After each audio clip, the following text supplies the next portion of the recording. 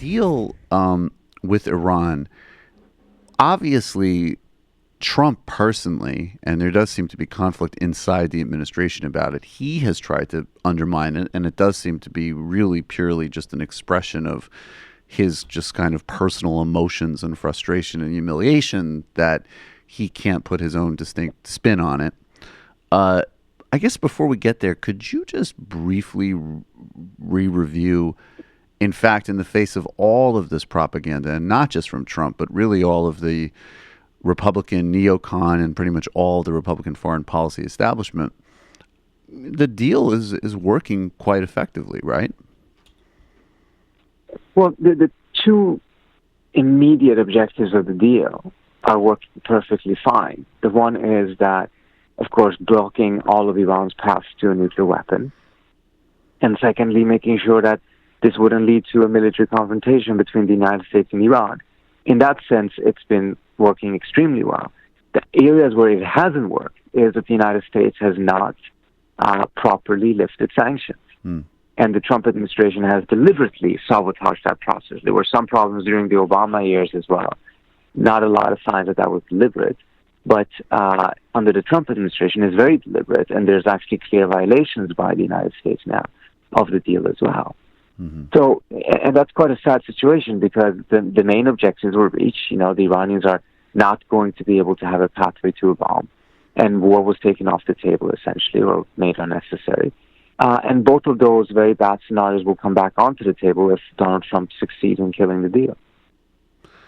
So, and I guess the question would be then, I mean, will he? I mean, we just see reports now that he did, you know, he didn't renew the deal. He did, and to be clear, this sort of side process of re-reviewing it every couple of months, the Congress stuck into it. This has nothing to do with the actual deal that was established in Switzerland between Iran and the P5+1. It was basically a side deal that seems to me Republicans put in as an opportunity to sort of, you know, suggest that Obama is easy on Iran every couple of months by forcing him to reauthorize it, and then presumably Hillary Clinton, had she been elected president, and continued the Iran deal.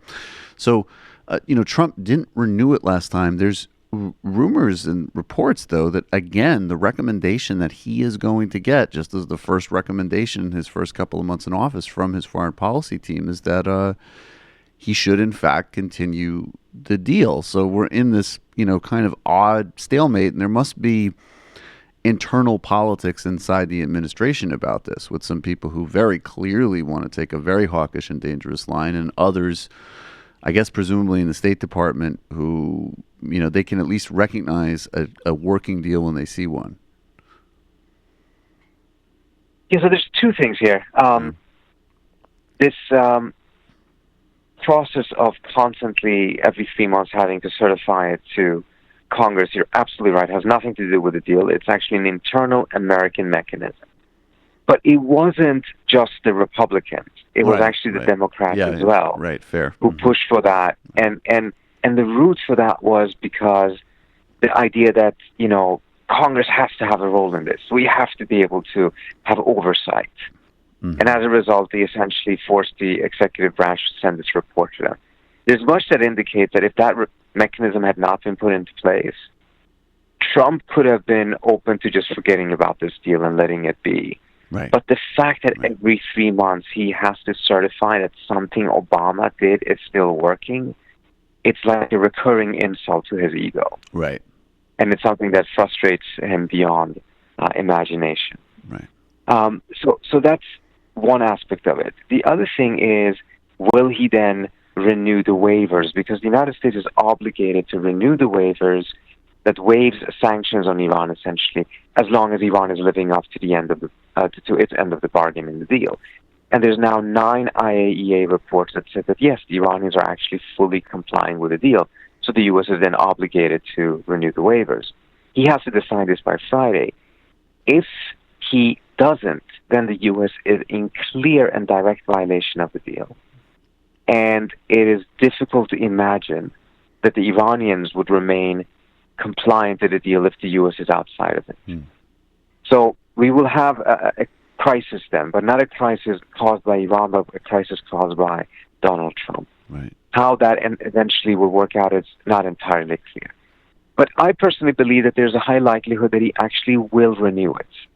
And the reason why he will renew it is actually because of their read of what these protests were caused by. You see, part of the reason why the protests happen is, of course, because the economic grievances. Some of those economic grievances are directly linked to the problems caused by Donald Trump when it comes to sanctions relief. Because the uncertainty that Trump deliberately has created about the durability of the deal by constantly going out there and speculating that he will kill the deal, or this drama that we have every 3 months to see will he or will he not renew it, that is deliberate, and it's deliberately aimed at creating uncertainty. Uncertainty then has the very direct effect of deterring companies and investors to go into the Iranian market. Banks in particular are unwilling to finance investments if their investments are going to end up becoming sanctioned by Donald Trump once or if he chooses to kill the nuclear deal. So the uncertainty then becomes a de facto sanction that is preventing the Iranians from getting the economic benefits that they were promised during under the deal. And without investments, and this is an important part that is relating it to the protest, without investments, the Iranian economy cannot create enough jobs to push down unemployment. Mm-hmm. And investments have come into Iran to a very small extent, precisely because of this uncertainty.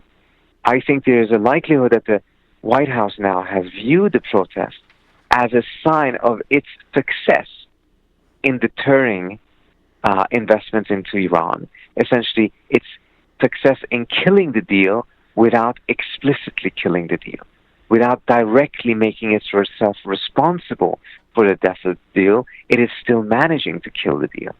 And as a result, there's a likelihood that Trump will be convinced that let's just continue this path. We still manage to create massive problems for Iran, but we're not becoming responsible for actually having pulled the plug on the deal. That way we don't have to pay the cost of breaking away from the deal while we're still getting the benefit of seeing the Iranians suffer from not getting what they were promised under the deal.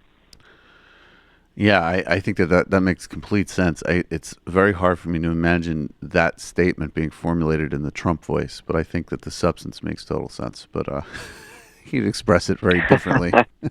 But last question then. I mean, it seems then that we're in a scenario where, barring the potential of a true catastrophic nightmare of actual military an attack on Iran, does this just start to look like that, basically Europe just benefits from this more so than, that the deal goes forward, everybody else sort of continues to participate in it, and the United States is just an outlier? I don't think the economic benefits to Europe have been as significant as some reporting has said. Yes, European companies have gone in and traded with Iran, but the investment have not occurred. So yes, they're capturing much of the trade, but the real economic benefits does not lie in the trade, it lies in the investment. And there are very few who have dared to go in because of this fear of Trump killing the deal. But it's also doing other things that are, neither beneficial to Europe or anyone else. I mean, Europe is very, very much concerned right now because what Trump is doing with this deal is starting to look like a pattern in which he is just going after international agreements one after the other. Mm-hmm. It's not just the Iran deal. It's NATO. It's the Paris Agreement. It's UNESCO. It's all of these different things, which have then left the Europeans with the view that the United States is no longer a pillar of the international order. It is a fifth column seeking its demise. Mm. And as a result, Europe needs to distance itself from the United States. It needs to chart its own path. It needs to create its own alliances and even move closer to Russia in some extent because the United States is now in great danger. I would direct you to the speech of the German foreign minister on December 5th, which he said two things that were quite, I think, worrisome from an American perspective. One in which he essentially saying that this is not an anomaly. Trump is not an exception. Trump is part of the American normal. And as a result, this will continue after Trump. He's expressing an orientation and a viewpoint that exists in the United States. He's not an exception here. And as a result, so they read it better than Democrats do. Yeah. The second conclusion then is that U.S.-EU relations will never return to what they were pre-Trump. And that is a major geopolitical change. Hi, folks. Sam Seder here. We still need your help on our Patreon page. YouTube ads have come back, but not nearly as much as we had before. So if you can help us out, any little bit helps. Head over to our Patreon page right at this URL, and you'll help us keep helping you by making videos